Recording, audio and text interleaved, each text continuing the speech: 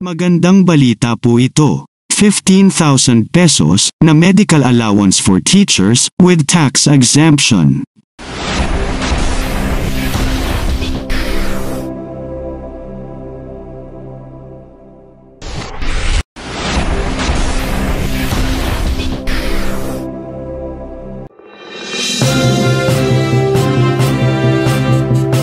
Magandang araw po mga kaguro. Magandang balita po ito. 15,000 pesos na medical allowance for teachers with tax exemption. Sa isang mahalagang hakbang para sa kapakanan ng mga guro sa pampublikong paaralan, si Representative Crispin Diego Remulla mula sa Cavite ay nagsumite ng isang panukala na maaaring makabuluhang makinabang sa mga tagapagturo. Iminumungkahi ng kanyang panukala na bigyan ang lahat ng mga guro ng pampublikong paaralan ng taunang allowance na 15,000 pesos, partikular para sa kanilang mga medikal na gastusin. Ang panukalang ito ay bahagi ng House Bill No. 9969 na kilala rin bilang Medical Expense Allowance for Teachers Act.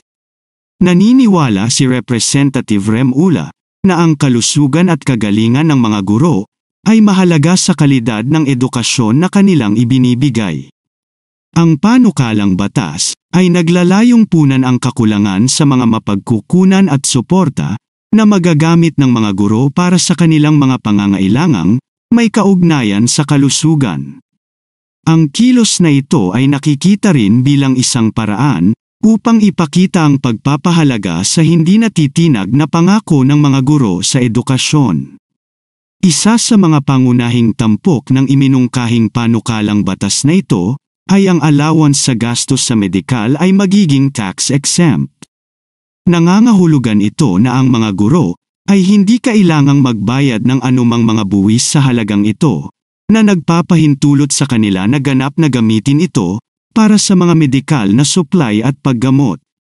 Higit pa rito, kasama sa panukalang batas ang isang probisyon upang ayusin ang halaga ng allowance tuwing 3 taon. Ang pagsasaayos na ito ay titiyakin na ang allowance ay naaayon sa pagbabago ng mga gastos ng mga medikal na supply at paggamot. Ang pondo para sa inisyatiba na ito ay magmumula sa taunang budget ng Kagawaran ng Edukasyon. Dagdag pa rito, inaatasan ng panukalang batas ang kalihim ng edukasyon na panapanahong suriin ang allowance. Ang pagsusuri na ito ay maaaring humantong sa mga rekomendasyon para sa pagtaas ng halaga ng allowance, na tinitiyak na ito ay patuloy na nakakatugon sa mga pangangailangan ng mga guro. Ang panukalang ito ay dumarating sa panahon kung kailan lumalaki ang pagkilala sa mga hamon na kinakaharap ng mga guro ng pampublikong paaralan, kabilang ang pangangailangan para sa mas mahusay na suporta sa pangangalagang pangkalusugan. Nauna nang inihain ang katulad na panukalang batas ng mga miyembro ng Makabayan Bloc na humihingi ng 10,000 pesos allowance para sa medical examinations at treatments para sa mga guro. Ang naunang panukalang ito ay binanggit ang Magna Carta for Public School Teachers Act bilang batayan nito. Ang dalawang panukalang batas ay sinusuri na ngayon ng House Committee on Basic Education and Culture.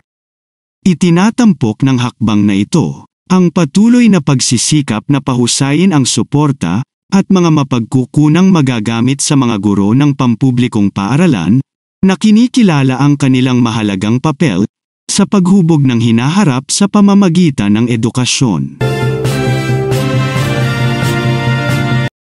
Kung meron man kayong mga komento tungkol sa mga isyong ito, maaari kayong magbigay ng mga reaksyon sa comment section na makikita sa ibaba ng bidyong ito.